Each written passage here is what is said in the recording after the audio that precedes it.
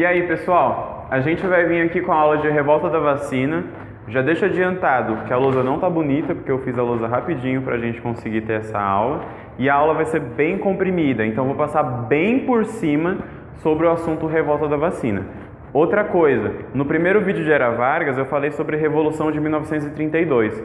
Depois, se precisar, eu faço um vídeo só sobre a Revolução. Por isso que eu passei bem por cima e não dei tanta ênfase no caso da Revolução. Então vamos lá, de novo, reforço que vai ser bem por cima a revolta da vacina. Coisas que a gente precisa pontuar sobre a revolta da vacina. Ela ocorreu em 1904, então durante a República Velha. O presidente da época era o Rodrigues Alves, ele que estava na presidência na época da revolta da vacina.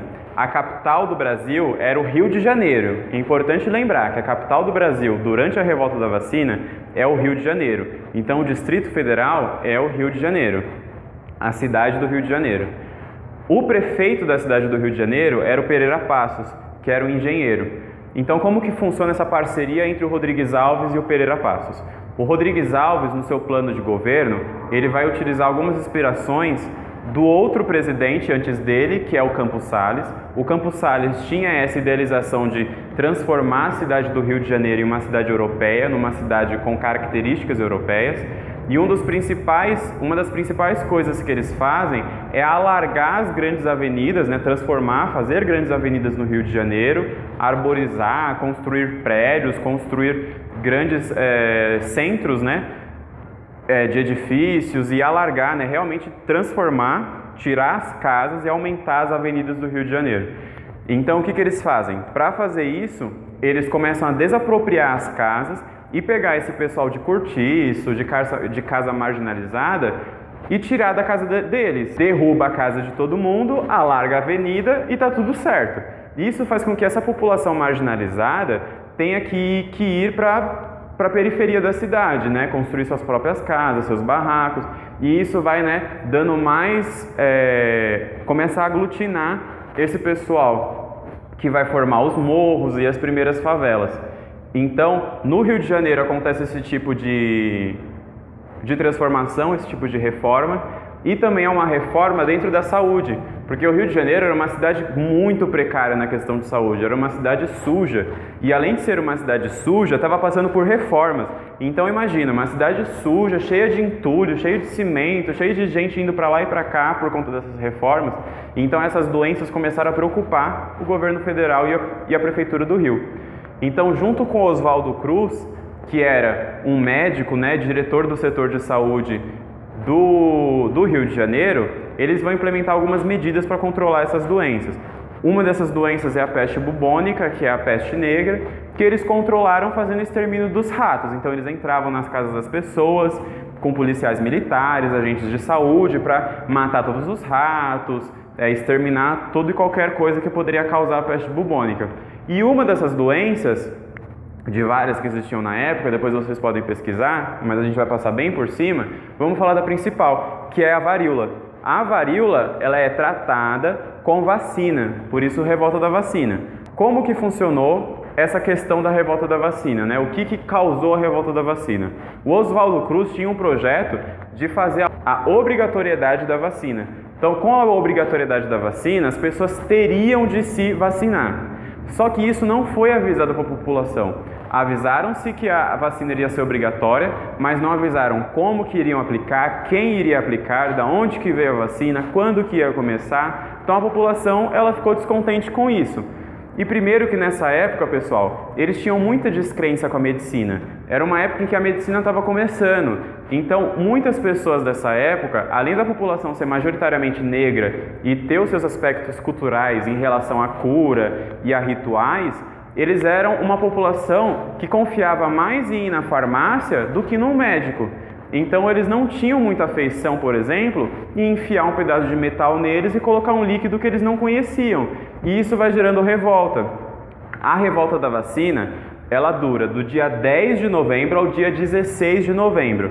Dia 10 é quando começam os burburos, quando começa a instauração dessa lei da obrigatoriedade da vacina.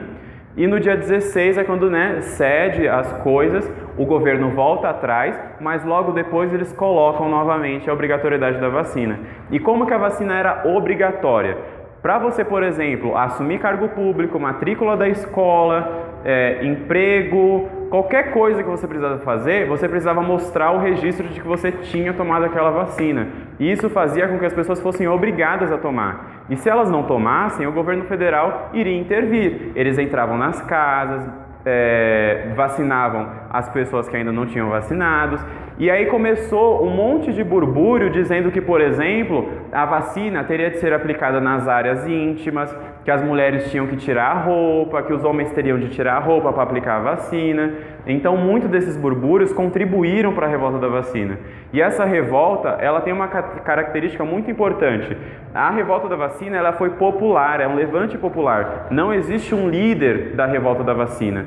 E isso é algo que vai trazer para a gente, em história do Brasil, o que a gente chama de senso de cidadania. Então, talvez pela primeira vez na história do Brasil, o cidadão, surge essa imagem do cidadão dizendo para o governo federal que ele não pode agir de forma arbitrária na vida do cidadão, que ele não pode entrar na casa do cidadão e enfiar uma agulha na perna dele. Então, esses movimentos começam o estopim da revolta da vacina. E aí a revolta da vacina ela é tão conturbada porque imagina, uma cidade suja, uma cidade que estava em reforma, então um monte de coisa jogada pela cidade, mais a população, revoltosa, derrubando bonde, botando fogo nas coisas, vai fazer com que a revolta da vacina seja um marco dentro da história do Brasil por conta, da sua dimensão.